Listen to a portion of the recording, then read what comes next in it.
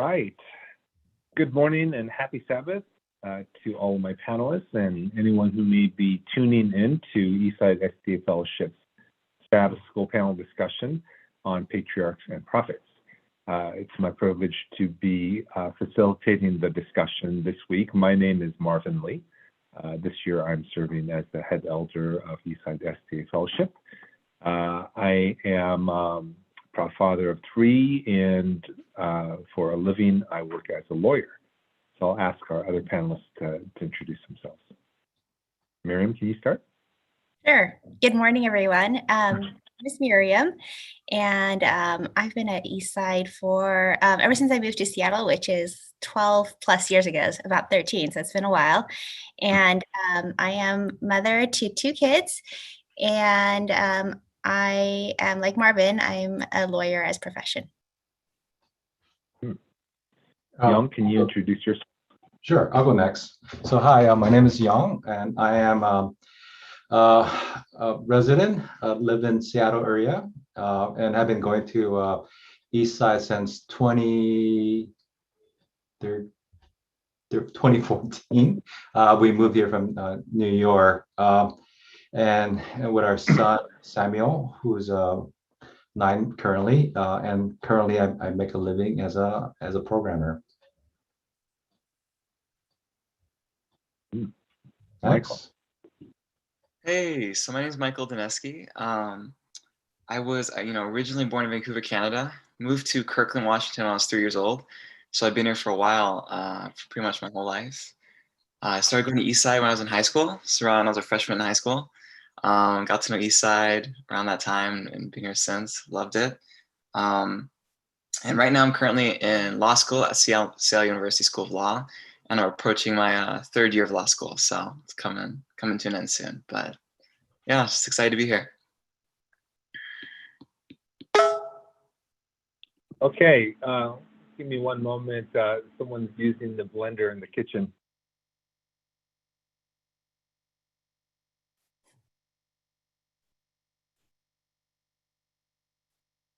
Okay, all right. My mother-in-law's preparing their potluck lunch for the other group.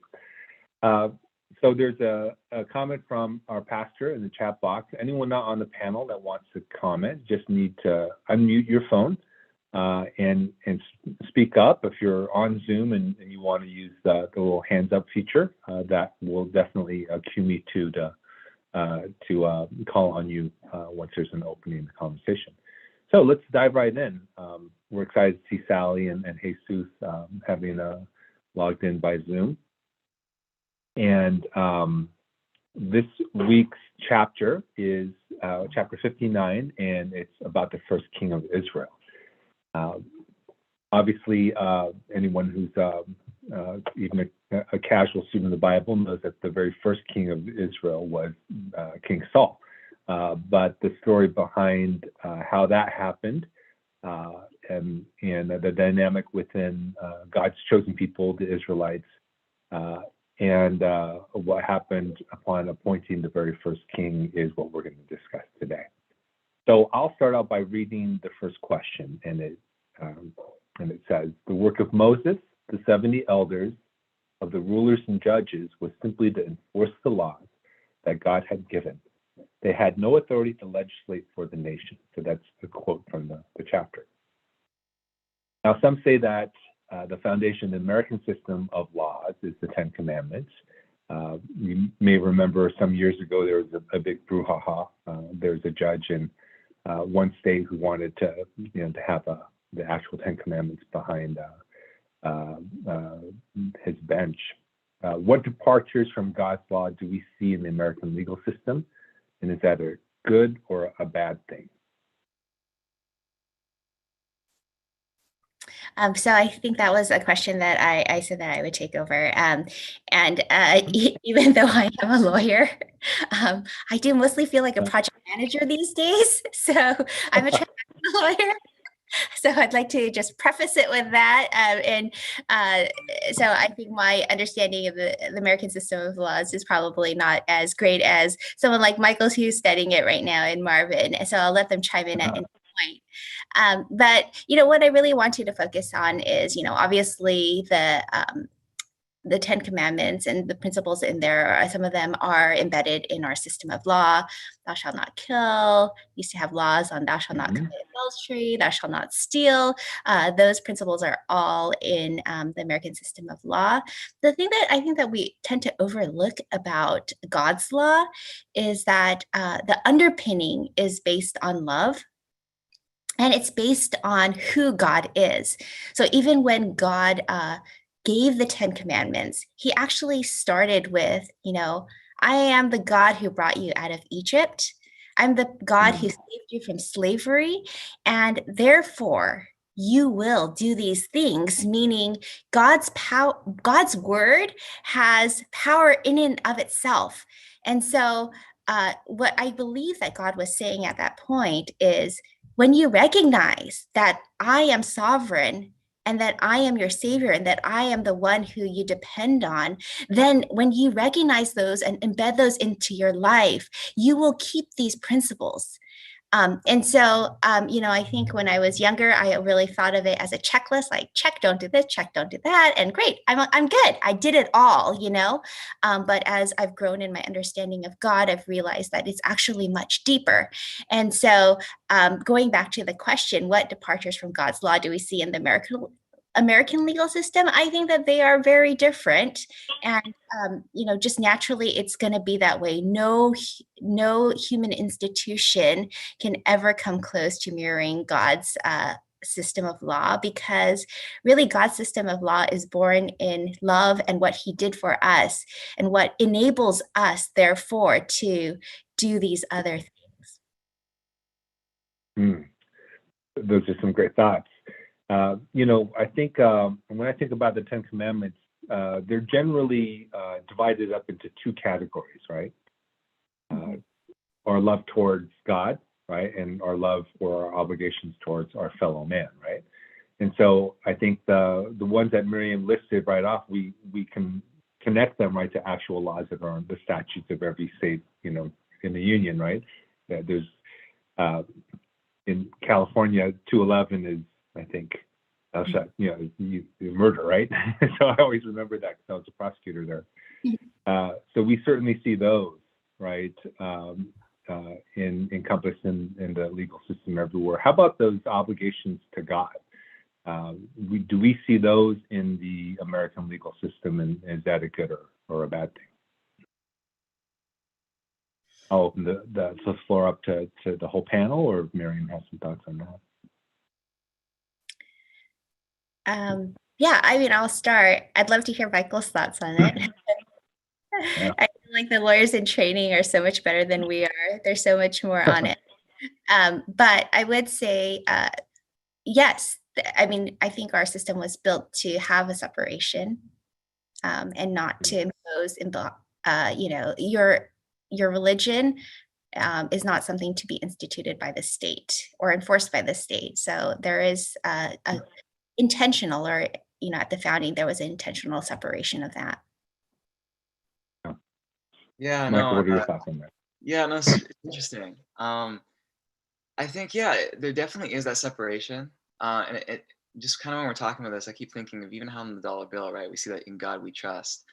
So there is this kind of understanding, I guess, of maybe in the founders of a higher power or some kind of thing that we should be subservient to potentially, but it's not, I wouldn't say, at least in kind of my understanding, that just like you said, Miriam, like a lot of the laws, there's nothing that's in the American system that's like giving some kind of like worship or like authority to God. It's more in the sense, right, there's that separation between church and state, kind of looking at prophecy, right, in the Bible as well, and just seeing how we know in the future how things are gonna kind of play out, and looking at, the papal system and what happens, right? And even looking, I guess, kind of at the whole foundation, right, when we left Europe, right, and came to America, and that whole idea of the Church of England and like and Europe and kind of that whole animosity towards that. It's kind of having that separation. But I think, looking at the laws though, I think there is a distinct I guess like there's a morality, right, to it. Like I think there's an understanding of what is moral, what is immoral to some extent, and trying to make sure like not killing, um, uh, also like stealing, right? Certain things that are just wrong. And it's interesting to think about, I guess, where that morality comes from, I guess, in these laws, right? I guess it could be embedded in a higher power. That's what we would say. But yeah, I think they're totally different. I think there is a separation. I guess for the question though, whether there's a departure, yeah, I mean, it's not, in my opinion, I don't think it's the same. I think there definitely is a, you know, a position where it's focused on the government, it's focused on following America, what's best for America. And I think too, I was just thinking about right now is that sometimes I think people could even start worshiping like the law of America, right? Or America itself. There could be almost a worship to the government, the president, and the power that may be that created it. Yeah, we think about the fourth commandment, right? And this is unique to us as Seventh Day Adventists about keeping the seventh day holy. Well, we sure don't want the government to be enforcing a particular law about, a Sabbath or a Sunday or any kind of observance.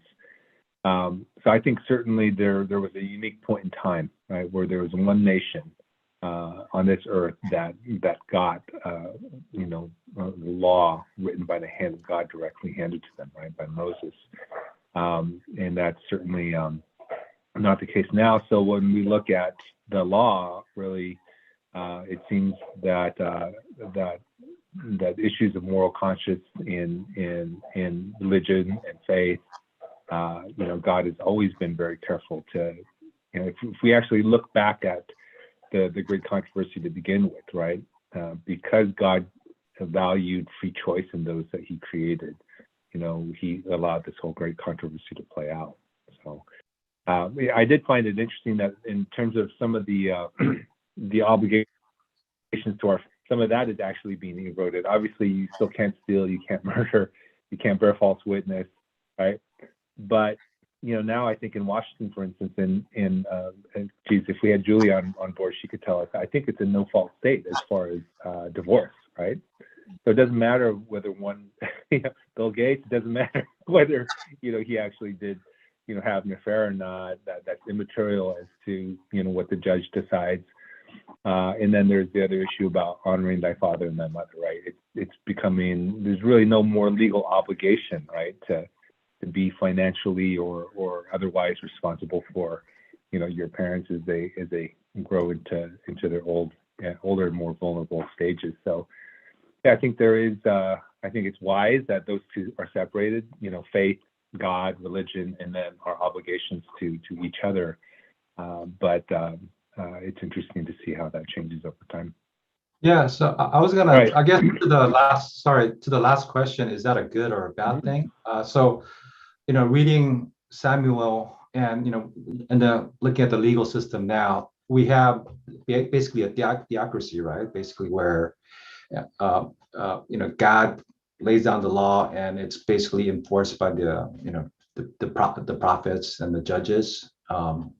And here today, we have a legal system that's enforced by, the three branches of government, and we kind of see the fallacies of both, right? Because studying judges, even with the theocracy, people don't necessarily live very prosperous life.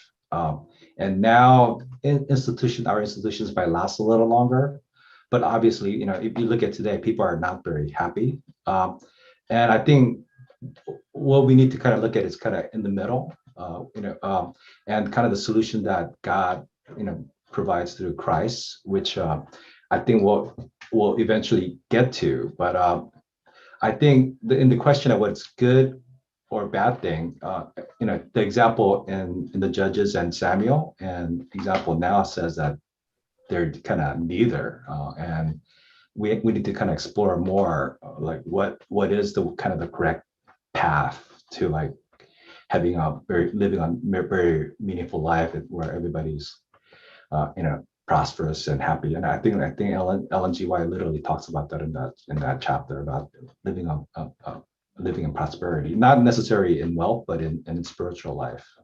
And I think I'm kind of looking forward to the rest of this study because I think we kind of get to it, and I think in the future as well. All right. Well, this is fascinating. We've already used a quarter of our time on one question, so it behooves me to move forward to the next one, which is like Eli's sons, Samuel's sons also ended up abusing their office. They took bribes and perverted judgment. What were the similarities and differences between Eli and Samuel and the way they dealt with their son's corruption?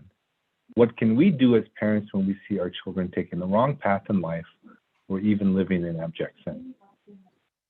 So I always remember that I was always hugely disappointed that Samuel's sons also were wicked, right? I mean, they abused their positions of power. And I'm like, Samuel, come on, didn't you learn your lesson from seeing what happened to Eli and his sons?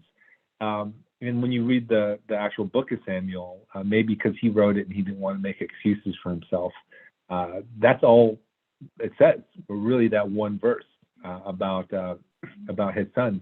But the Spirit of Prophecy gives us more insight into all of that. In essence, she wrote that he did not realize that they were doing that, and those around them, the two sons who saw all this going on, no one reported it back to Samuel. And ultimately, we see, and it's clear too from the actual book of Samuel, that those who were pushing really hard for a king used that as a pretext, as leverage to say, hey, look, you're old, your own sons, are corrupt. Now give us a king, right? And so Eli doesn't say so much what Samuel did after that, but certainly I think the implication is that once he learned about it, he did not allow them to remain in position. So the tougher question is this: what can we do as parents when we see our children taking the wrong path in life or even living in sin? And, as I was writing this question, I knew, eventually I knew who our panelists were going to be. I'm like, some of our panelists don't have kids yet, or they're very young. And so sometimes as they get older, you go through the, oh my goodness, middle school, that's tough. And teenage years bring some new challenges. Michael, maybe you have some thoughts on just being a young man and how your parents parented you. But this is a real conundrum, right? I see that Jesus and Jeannie are also online, so if you guys have any thoughts. But it's really hard, right? Especially when the children are really young.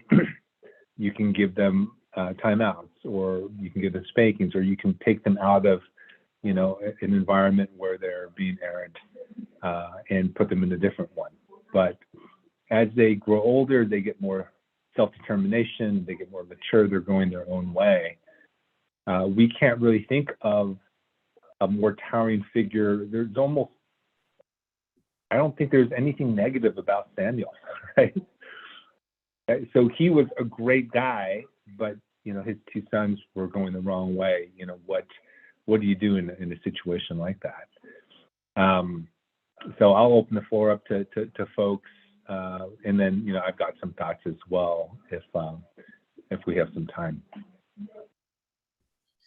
I have a question to the parents. Is there ever a time where you intentionally make a decision to allow your children to make mistakes?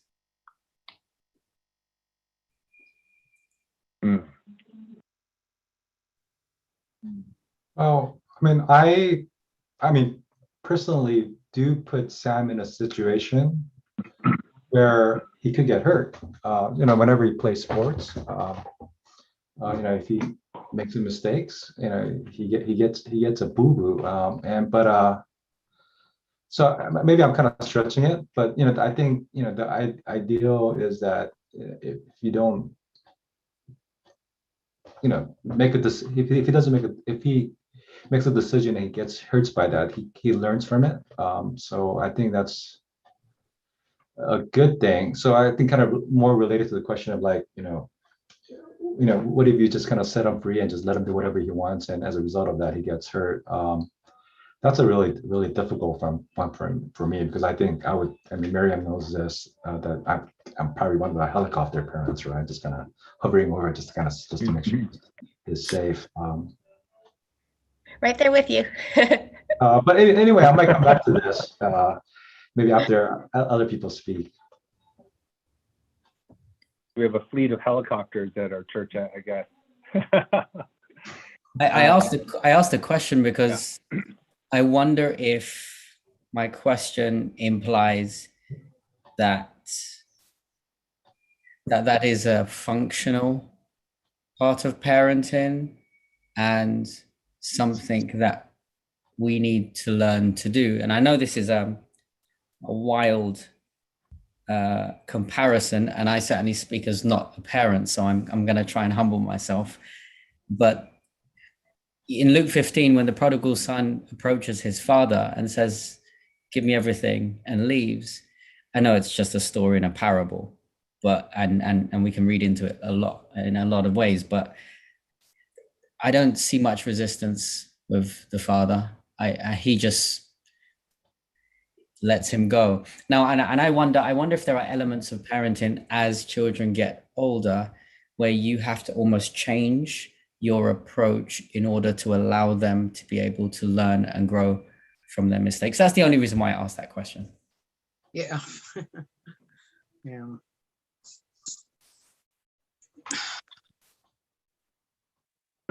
I think Jesus has a thought. Yeah. Well, I have four kids, and I try to teach them when they were younger of the love of God, and as they get older, they kind of start exploring and trying to make their own decisions, and talking about the legal system and God's system. I clearly see that I've been doing a lot of things wrong. I trying to impose things on them, maybe because I love them, because I know the dangers of the world. I try to protect them, and I don't know if I'm intentionally letting make mistakes, but I am learning to allow them to make their own decisions. I talk to them about consequences and about the love of God, but I'm learning to also give them that freedom of choice that God is giving us. I think the seed has been planted, and I know that God is going to do his work, the Holy Spirit work on each and every one of us. He is not imposing us to do things. So I think, who am I to impose things on my kids after they get to a certain age? I know my responsibility, and I will continue. And it's really hard for me sometimes to not do the things that I learned when I was a kid. Really, my parents were very rigid, and they say no, and I had to abide by that no. And sometimes I don't know if I feel like it was good for me, because I am a better man now for that, but I don't know if it's the right thing. So to me, I struggle myself as a parent with that boundaries and what I should and what should I do not do. Yeah, it can be a struggle sometimes. Go ahead, Sally. Mm-hmm. Oh, it can be a real struggle sometimes. Actually, when my kids were younger, they were actually pretty good. We didn't have too many, where they did awful things and had to worry about. But when Kelly decided to get married at the age of 19, we were like, no. And she was just out of high school. She did some 3-month course at community college for office machines or something like that. And then David was still in the Marines, and they had one more year a little over, yeah, about a year, and he would be out. And he was taught reconnaissance, which doesn't transfer real well to the real world. And then they got pregnant, and so they came back up here with no skills and a baby. And I always used to say, if it wasn't for that baby, they could have gone and lived in an orange crate, as far as I was concerned. But of course, we brought them in, and they lived with us for a couple of years, and that was stressful. But they struggled. I mean, they're still together after, let's see, Sage's 25 years. And, you know, they've done well, but it was a struggle for a long time. And even once they were out on their own. So, yeah, so it can be really hard to make that. But I think they were going to get married anyway, with or without us, or with or without our blessing. So, yeah. So I'll give a couple illustrations of how we've tackled some of these things. The first is a little bit more lighthearted, although I guess it could be very serious. I don't know, many of you know my oldest daughter, Tabitha. She is just graduated from her master's program, started her first professional job this past week. So we praise God. But when she was a little kid, really from probably ages 3 to maybe 8 or something, she was really chubby. Right, that's kind of putting that charitably, and she loved eating. One day, she ate like 12 little chicken wings that her grandmother had made for dinner, and made her sick. So we could tell she was, you know, not an ideal weight, so to speak. But it's not like we were shoving food down her throat or giving her, you know, candy and ice cream, but she just loved food. And Jeannie and I were very careful about what words or what demeanor or what things we ever said about her weight, because we're very aware of the kind of pressures that this society puts on women to be a certain size or to look a certain way. And, you know, we knew people who, you know, can have tremendous, you know, psychological, you know, damage or issues around all of that. And so we just kind of waited until I think she was like in 2nd or 3rd grade, and she's like, "Mom, Dad, you know, this kids at school are calling me Fatty Tabby, right? So what should I do? I don't want to be, you know, overweight." And we're like, "Well, if that's what you like, then, you know, it really comes down to eating, you know, smaller portions at meal and not snacking, and we can put you in sports camps all summer." And it was really at this young age that the light bulb kind of went off that she wanted to be a different way, and that there were some practical, you know, ways to do that. And really it was in one summer that she got down to a healthy weight, and now you know, she's not model stick skinny, which we wouldn't want anyway, but she's, you know, has a very healthy lifestyle where she's always working out and playing sports, and she still really enjoys food.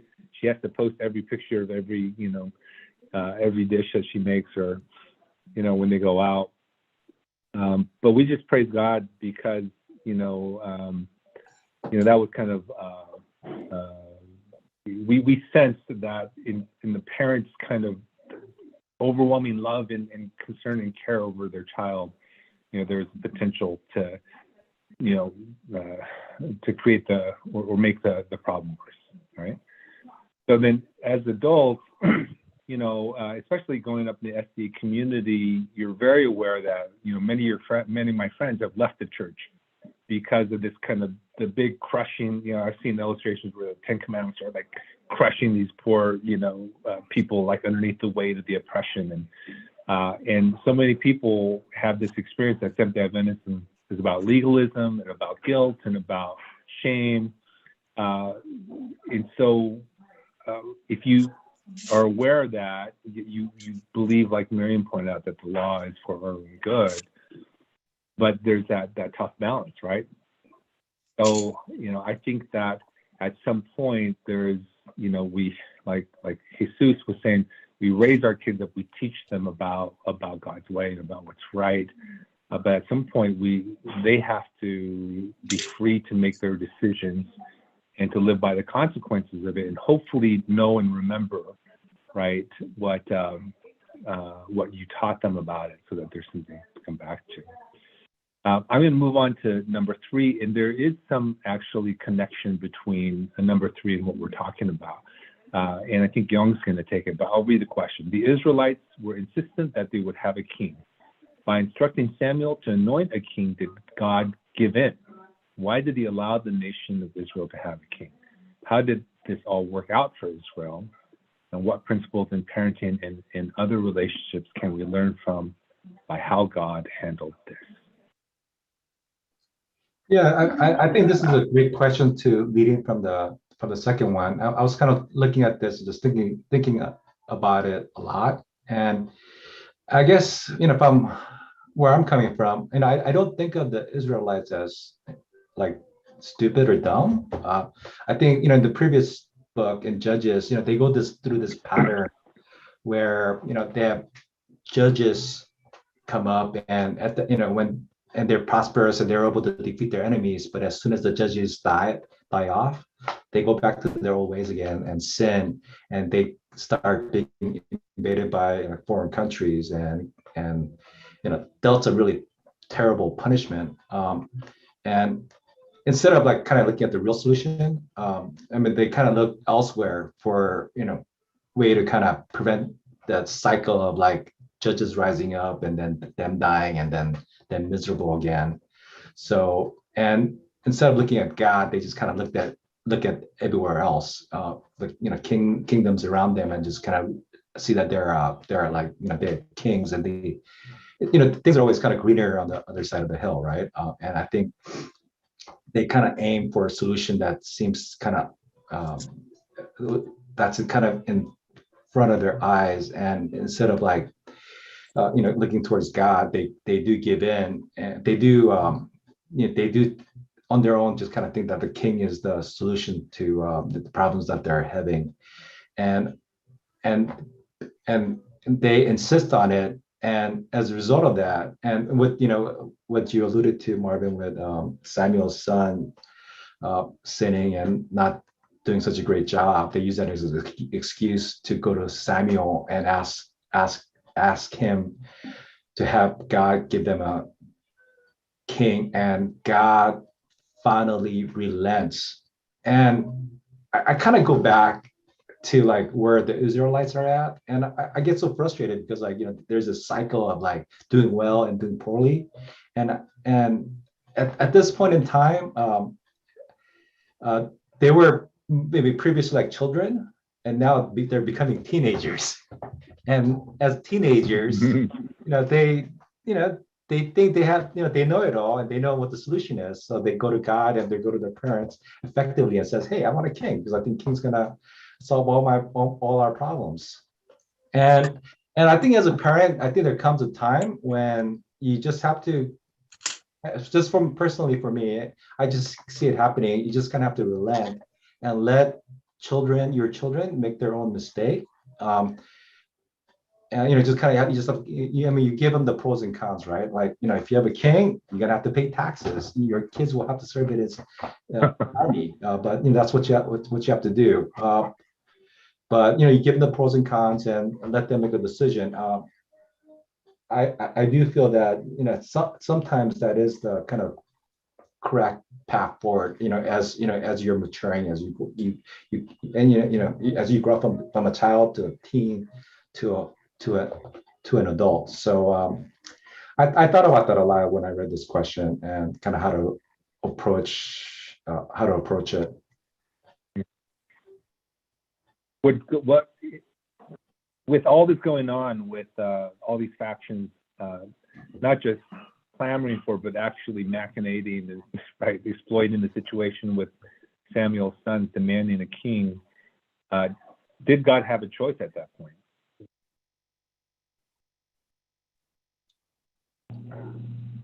What do you think, Michael? Yeah, I'm thinking. I think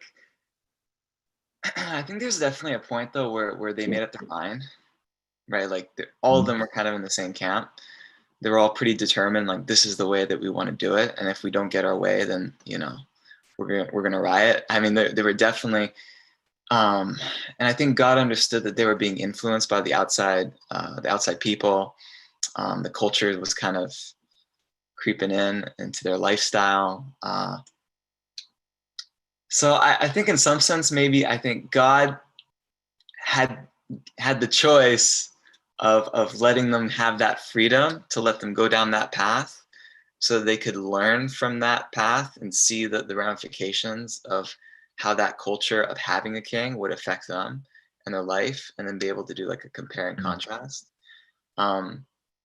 This kind of story, just kind of what we're talking about, reminds me of my life too, because with my parents and kind of how they helped me in my life, they definitely had to do a balancing act a little bit on trying to manage me when I was, I had my ways when I was in middle school, like the whole story of me wanting to, be involved in like metal music and that whole life of, I mean, now I'm in law school, but like there was a point in my time when literally I wanted to be like a screamer in a metal band and wear skinny jeans and travel in a van for the rest of my life.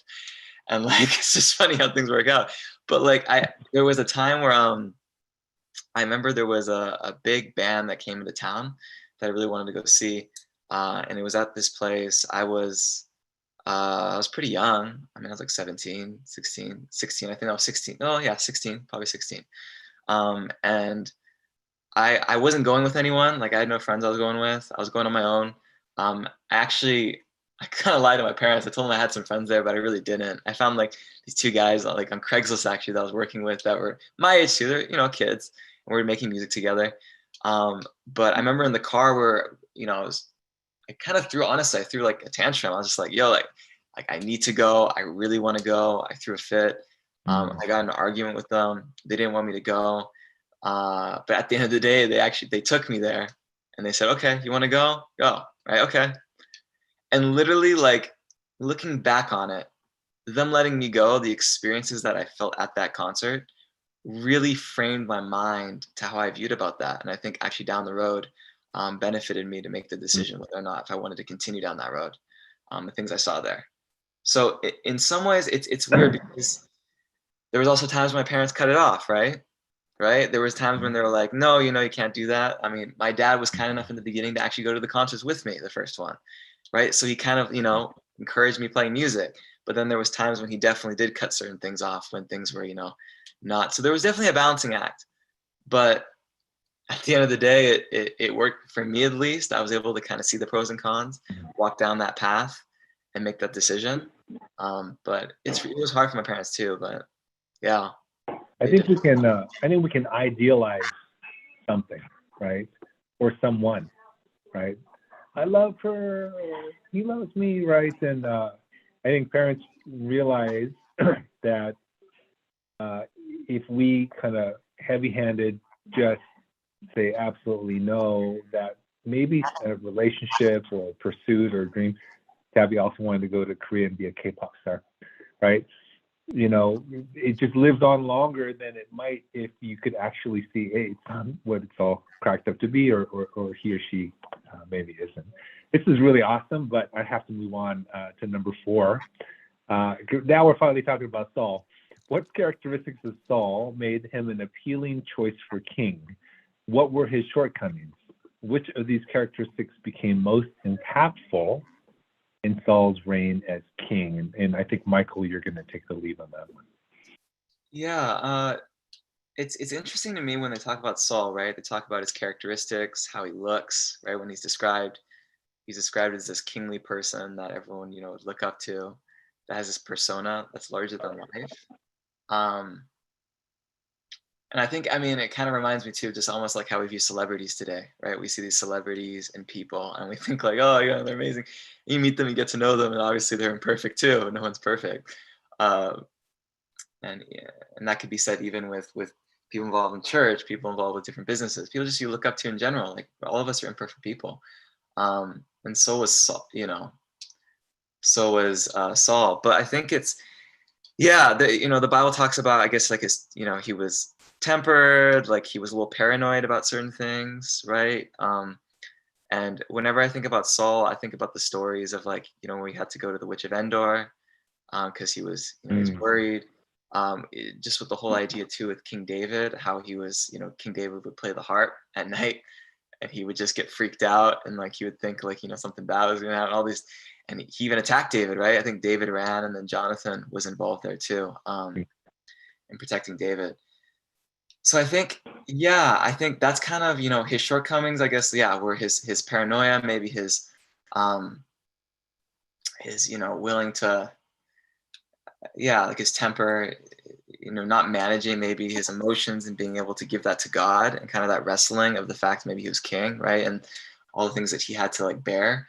And I think, yeah, it definitely played out in his life as king in certain things that I think definitely didn't benefit him at the end of the day.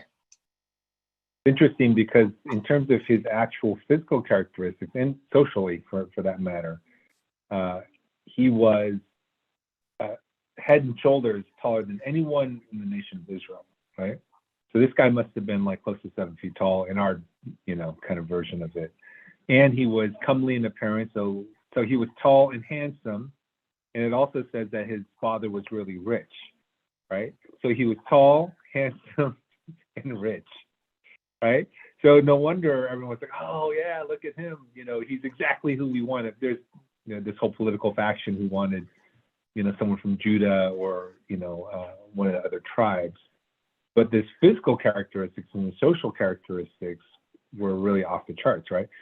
I'd read a statistic that, you know, the majority of U.S. presidents were all like above average in height. Now, meanwhile, the things that Michael talked about, you know, ended up playing out in his life, and I know subsequent panelists are going to delve deeper into that. But what Ellen White says about Saul, at least at this stage in time, is that, you know, he didn't have, he hadn't faced really adversity, right? He didn't have the kind of the depth of character that came with having to deal with, you know, discipline, adversity, tough times. And so that I think does come out later in life. Have you guys ever kind of encountered people maybe in the workplace or elsewhere that, oh, on the outside they just, you know, maybe they just had this charisma and everything, but, you know, sometimes what's on the outside really, you know, isn't borne out by what's on the inside?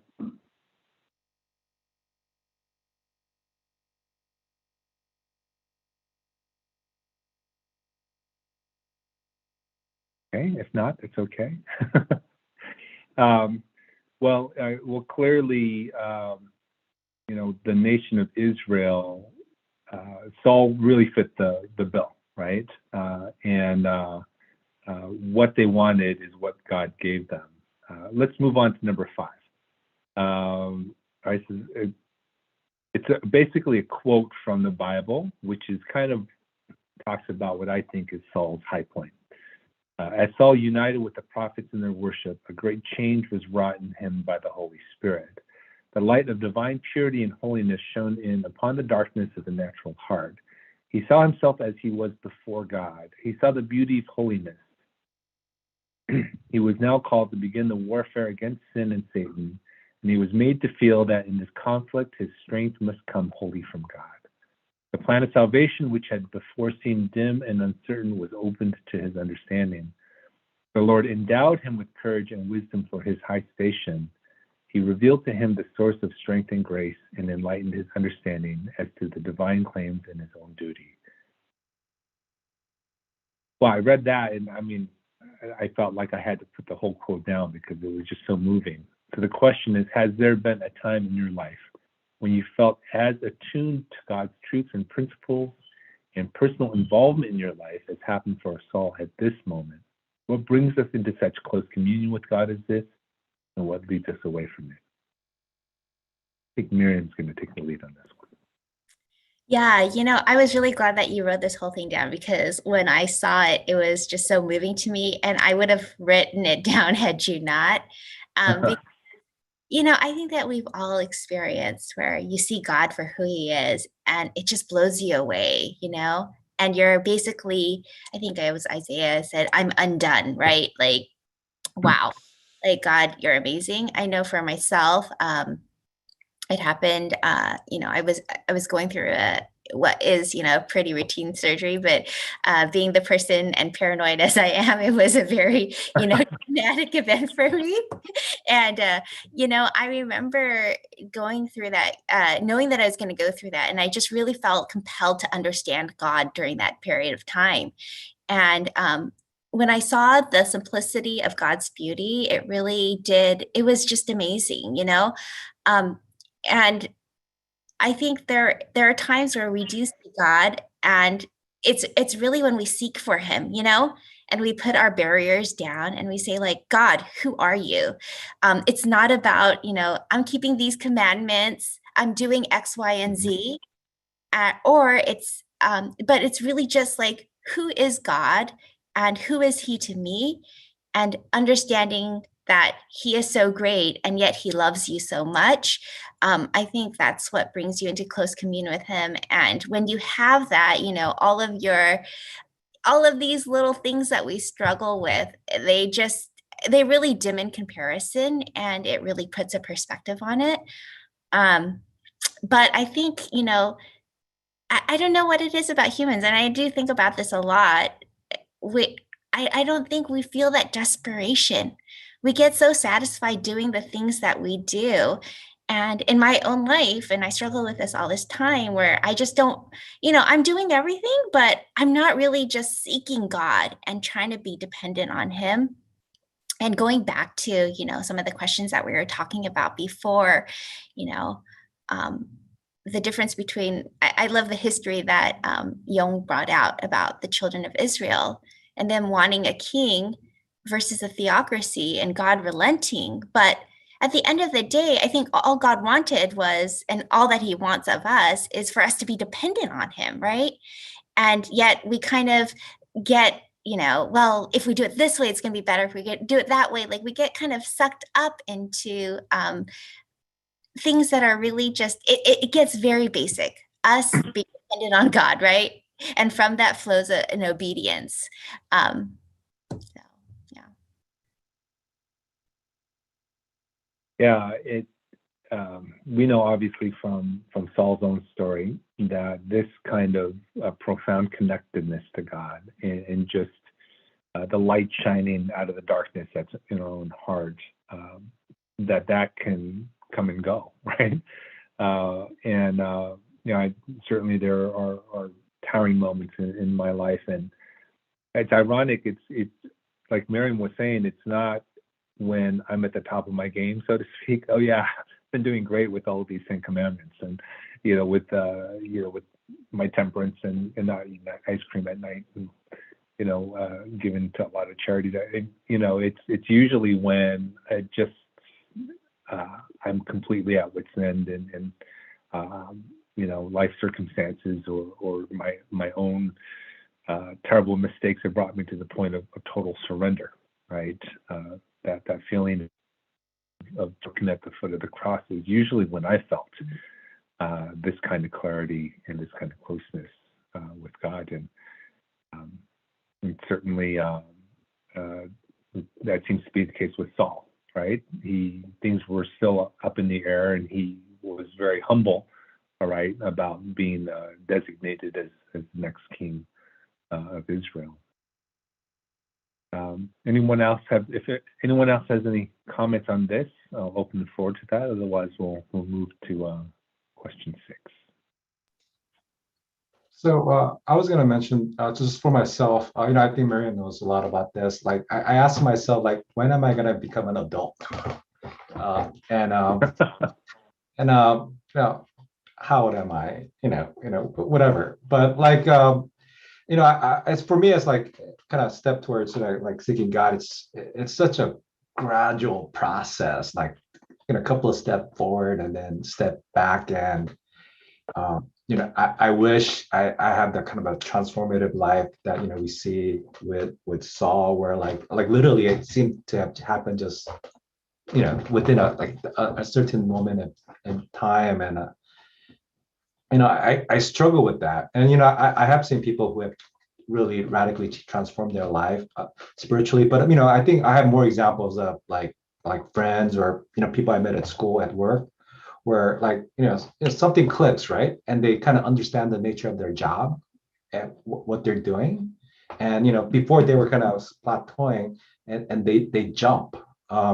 So I know from all the examples I have in my life, I know it's possible, but I'm just kind of wondering like, when is it going to be my time? And having said that, I understand that sometimes you just have to be in that, like Abram, for example, just kind of keep going, at least strive towards it, and then it's going to happen. You just got to have faith, and kind of going back to what leads us away from it is just kind of giving up, right? And even when you do have that transformational moment, and just ignoring it, and it's just kind of keeping, but you just have to have your eye open to like that particular moment, that opportunity that's gonna push you to a higher level. Anyways, it was a very difficult passage for me to read, and just kind of reflect on where I am.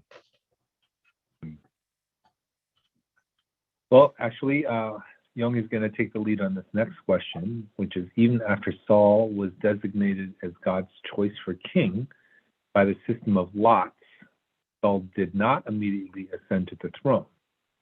Right? We know that whole process, and there were these factions, especially from Judah and another tribe which was much larger. So he did not immediately become king. So what did Saul do so well in this preface, in this stage, before he became king? What experiences have you had in your life that resonates with this? So what was Saul's response when, even though Samuel had, met him, anointed him, he'd prophesied with these prophets, and then they even went through the whole public, all the tribes came, they went through the system of lots. He was the chosen one. How did Saul react to that when there were these political factions opposing that?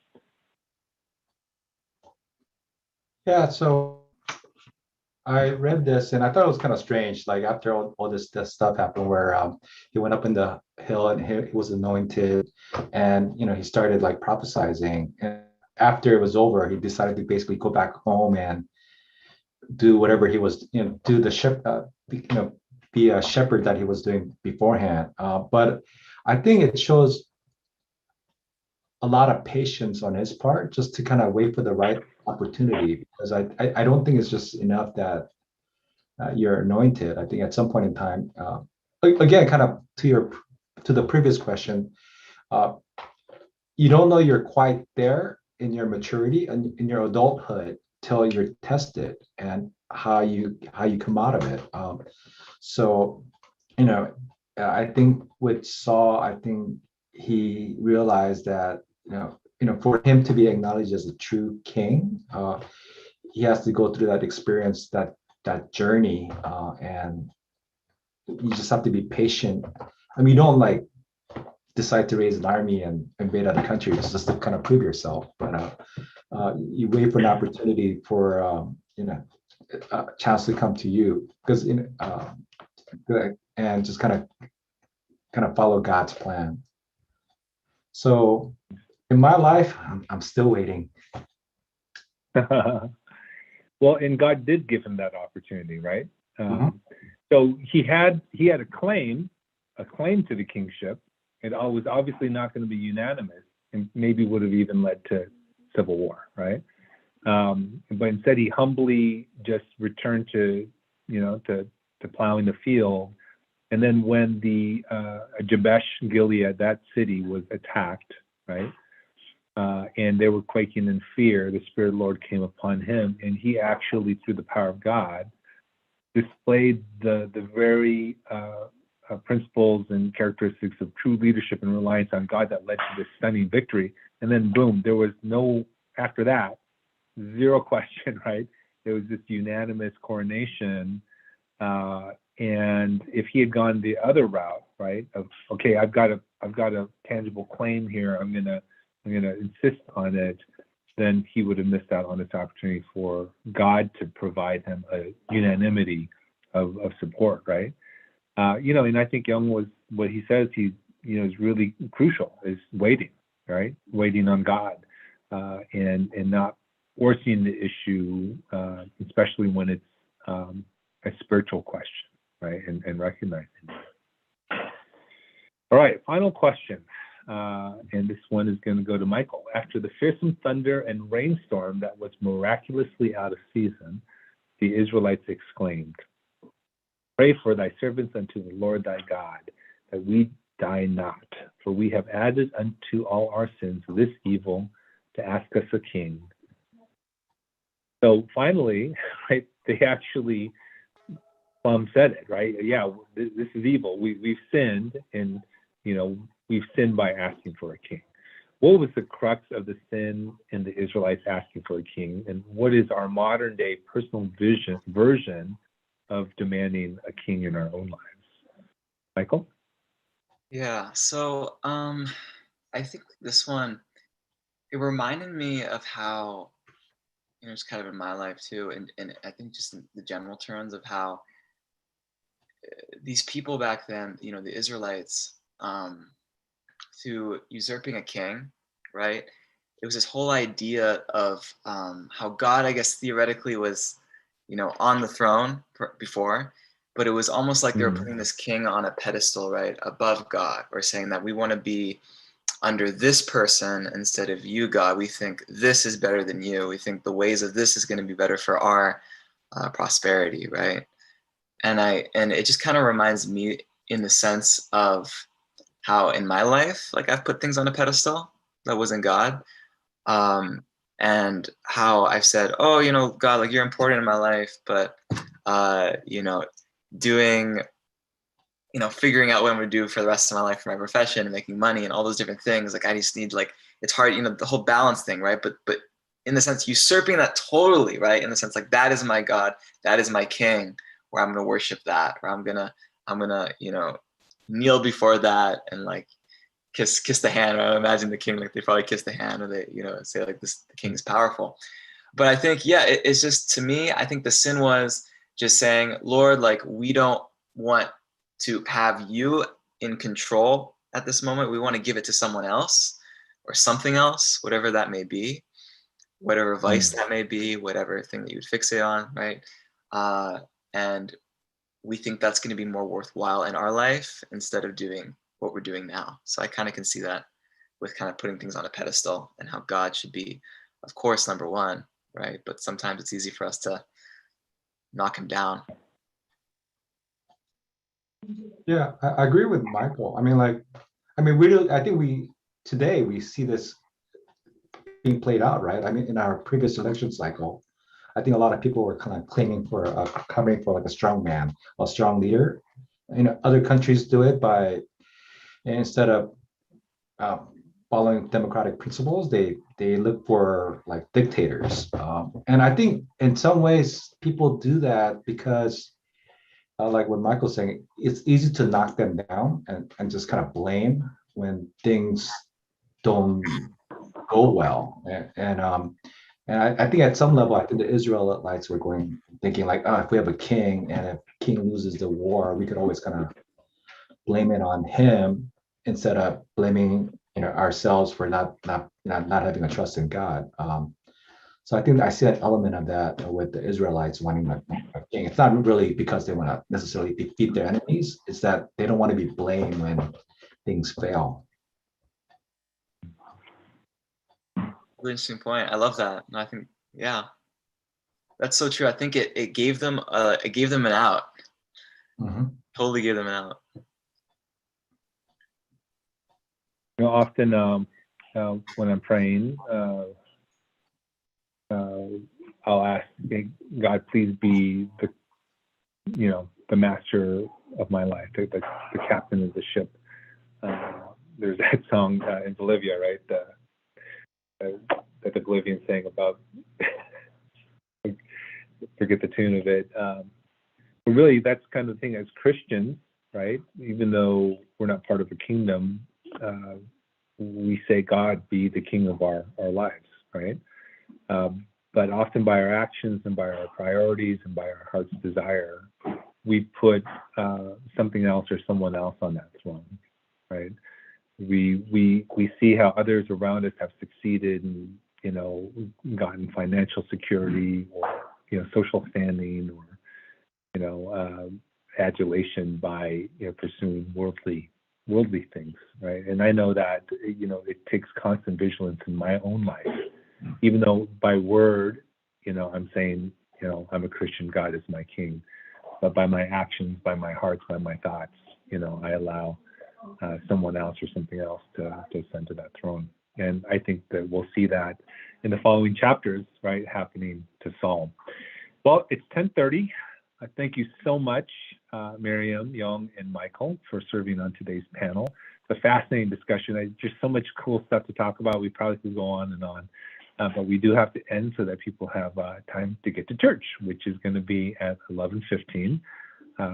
Hope to see all of you there. I'll just end with a quick prayer.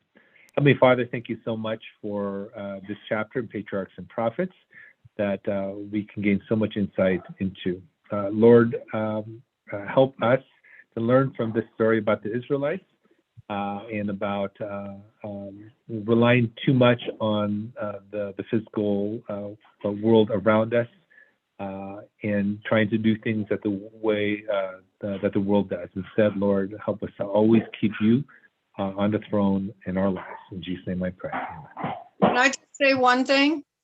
I thought it was Yes. very funny that that Ellen White referred to the Israelites as God's peculiar treasure.